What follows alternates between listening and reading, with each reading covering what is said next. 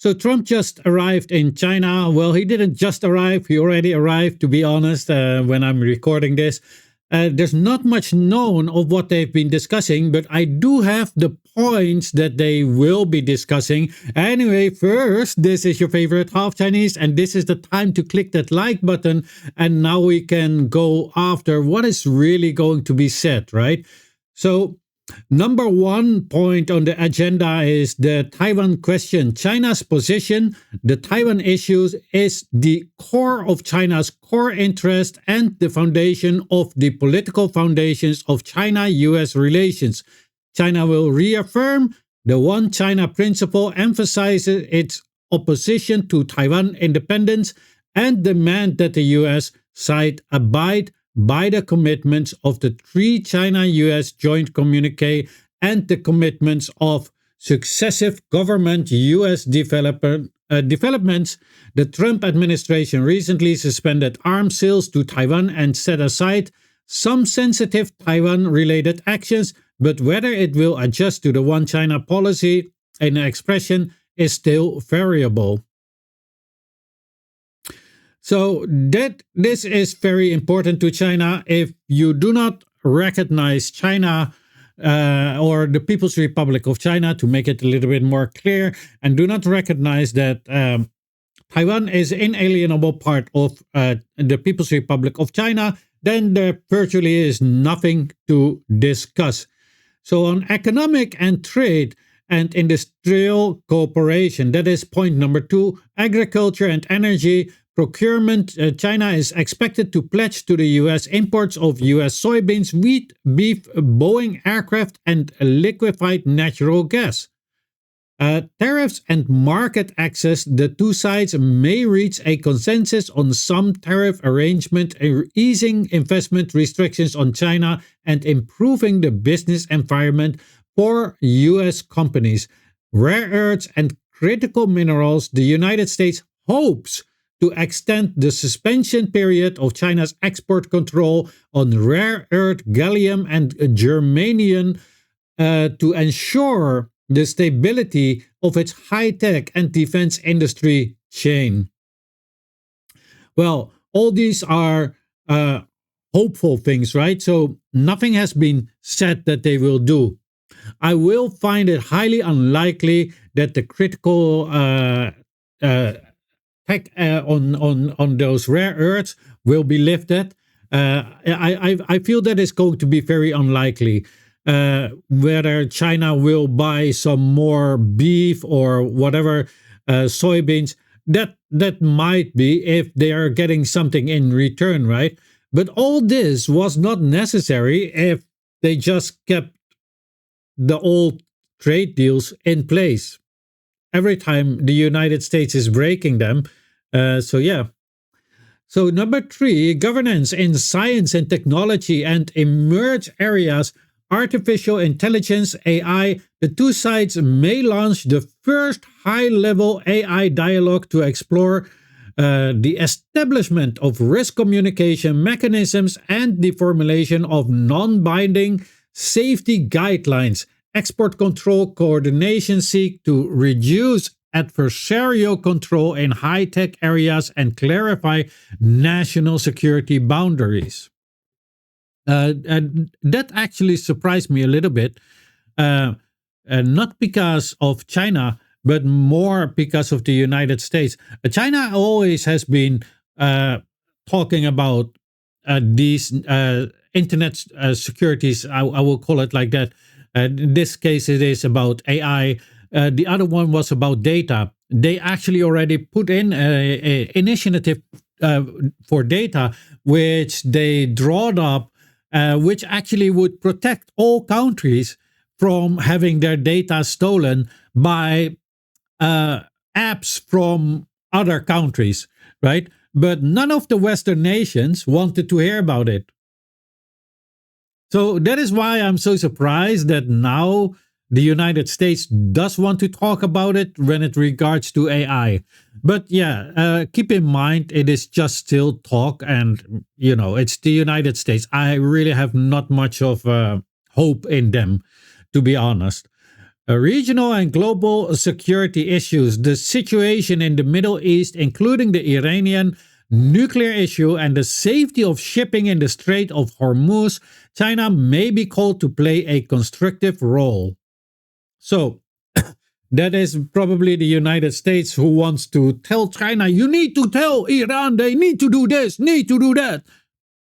And China will probably never do that, as they never ever have done in any cases that they were ordered or that the United States demanded that they should talk to another country which is essentially under attack of them. So this is never going to happen. Another topic, fentanyl. Collaboration for fentanyl follow-up to the fight against the illicit export of precursors chemicals to Mexico and the basis of the October 2025 agreement. I actually wanted to say it better. Mexico is actually, you say Mexico, don't you? Any Spanish speakers, please teach me. Yeah, China is already fighting against the export of fentanyl precursors towards the United States, and they actually banned it many, many years ago. I believe it was 2019. In fact, they also have actually catched a couple of people who wanted to export it to the United States. And these people, I believe, have received a death sentence. This is how China is handling its business. I think it is more important for the United States to look inward why the people are like that and,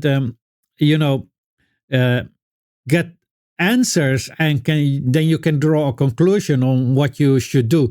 China had a huge opioid crisis in 1949 when the revolution handed the victory to the Communist Party of China.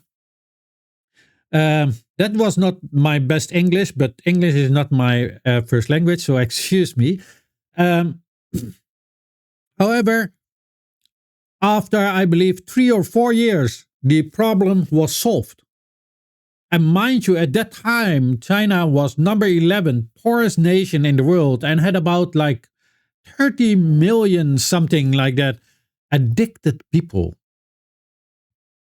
30 million. That's a whole lot more than the United States has.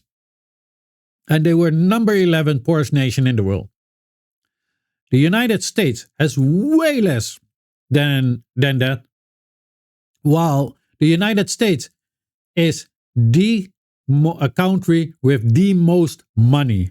So America should start to wonder, why can't we do that? Why can't we do that? I'm going to tell you one thing, because most likely I think your politicians just don't want to. It suits them really, really well for several other reasons.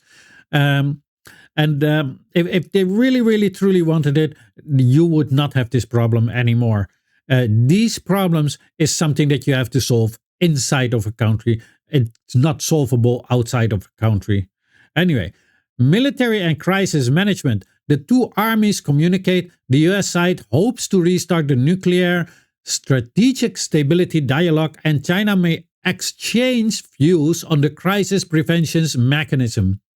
That's always good. People-to-people exchange resumed. The two sides may agree to relax visa restrictions for education and scientific researchers to ease the shrinking situation of people-to-people and cultural exchange after the epidemic.